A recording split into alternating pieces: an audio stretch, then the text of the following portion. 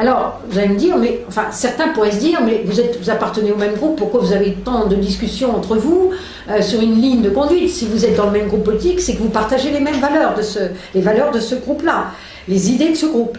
Oui, mais au Parlement européen, il y a une problématique supplémentaire, c'est que il y a les intérêts nationaux qui rentrent en ligne de compte. Je vais vous donner des exemples. Quand je travaille dans le domaine environnemental, par exemple, nous avons toutes nos législations sur la lutte contre le changement climatique. Ça, c'est aussi un point fort du Parlement européen. Quand vous me demandiez tout à l'heure quelles étaient un peu les politiques un peu fortes, emblématiques, la lutte contre le changement climatique.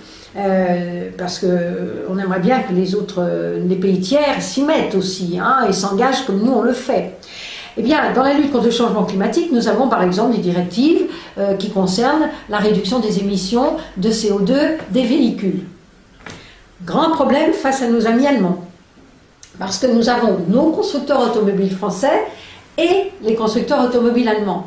Et vous le savez très bien, les constructeurs automobiles français jusqu'à présent produisent beaucoup plus de petites et moyennes cylindrées, donc avec des moteurs moins puissants, et forcément des moteurs qui sont moins émetteurs de CO2, puisqu'ils consomment moins, ils sont moins puissants mais ils consomment moins, et donc ils émettent beaucoup moins d'émissions de CO2. Et puis, il n'y a pas que ça, les constructeurs automobiles français ont fait de gros efforts depuis des années pour améliorer aussi leurs moteurs, et les rendre plus propres, comme on dit. On sait par contre que l'immense majorité des véhicules qui sont produits en Allemagne sont des grosses cylindrées, très grosses cylindrées, avec des gros moteurs, donc forcément des moteurs qui émettent beaucoup plus d'émissions de CO2, beaucoup plus consommateurs. Ils n'ont pas fait des efforts énormes, alors ils essayent maintenant, les Allemands ne sont jamais en retard sur le progrès technologique, mais néanmoins il y a des disparités. Je peux vous dire que là, au sein du même groupe, c'est à ce moment-là, sur des sujets comme cela, on se retrouve chacun à défendre nos intérêts nationaux. Parce que moi, quand je défends les constructeurs automobiles français, c'est tout simplement parce que je me dis derrière, il y a les emplois, il y a nos usines, il y a nos emplois.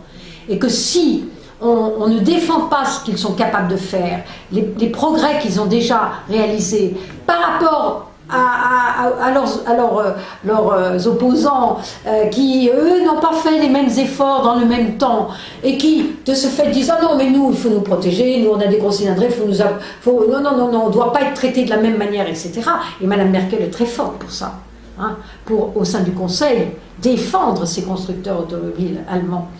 Et là, c'est là qu'on a une vraie lutte. Moi, mes collègues allemands, je les connais depuis tellement longtemps, on est très amis, mais à ce moment-là, on peut vraiment rentrer en lutte frontale.